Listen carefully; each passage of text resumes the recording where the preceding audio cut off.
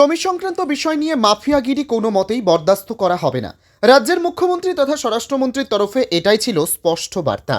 মুখ্যমন্ত্রীর কড়া নির্দেশের ফলে মাফিয়াদের মাত্রা খানিকটা কমলেও কিছু জমি মাফিয়াদের কোলে পিঠে করে দিনের পর দিন আগলে রাখা হচ্ছে। ওনারা আবার টার্গেট বানাচ্ছে খাস জমিকে। খুব সুকৌশলে ওই সব জমিগুলি দখলে মরিয়া হয়ে উঠছে রাষ্ট্রবাদীর দলের একাংশ নেতাকর্মী। জানা গেছে কমলাসাগর বিধানসভার গোকুলনগর গ্রাম পঞ্চায়েত থেকে দীনদয়াল গ্রাম পঞ্চায়েত বিভক্ত করা হয়। দীনদয়াল পঞ্চায়েত নির্মাণ করার জন্য এককানি 11 গন্ডার একটি সরকারি খাস জমি নির্ধারিত হয় গোকুলনগর অভয় আশ্রম সংলগ্ন এলাকায়। সংশ্লিষ্ট এলাকার বিধায়িকা এবং ডিসিএমের উপস্থিতিতে তহসিলদার সরকারি খাস জমিটি ডিমার্কেশন করেন। কিছুদিনের মধ্যেই গ্রাম পঞ্চায়েত নির্মাণের কাজ শুরু হবার কথা।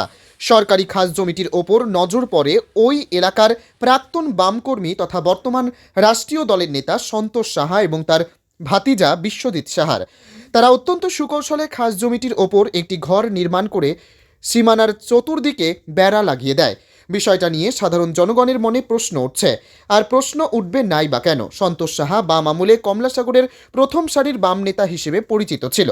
2023 বিধানসভা নির্বাচনের প্রাকলগ্নে সিপিআইএম দল ত্যাগ করে বিজেপি দলে সামিল হয়। সাধারণ মানুষ প্রশ্ন তুলছে বিধায়িকার নীরবতা নিয়ে।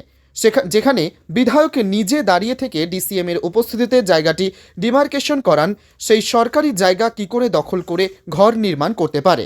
এখন দেখার প্রশাসনিকভাবে খাস জমি দখলমুক্ত হয় কিনা, নাকি অর্থের মোহে রাষ্ট্রীয় কাকা ভাতিজার সুরে সুরে সুর মেলায় বিধায়কও, সেদিকেই তাকিয়ে রয়েছে সকলে।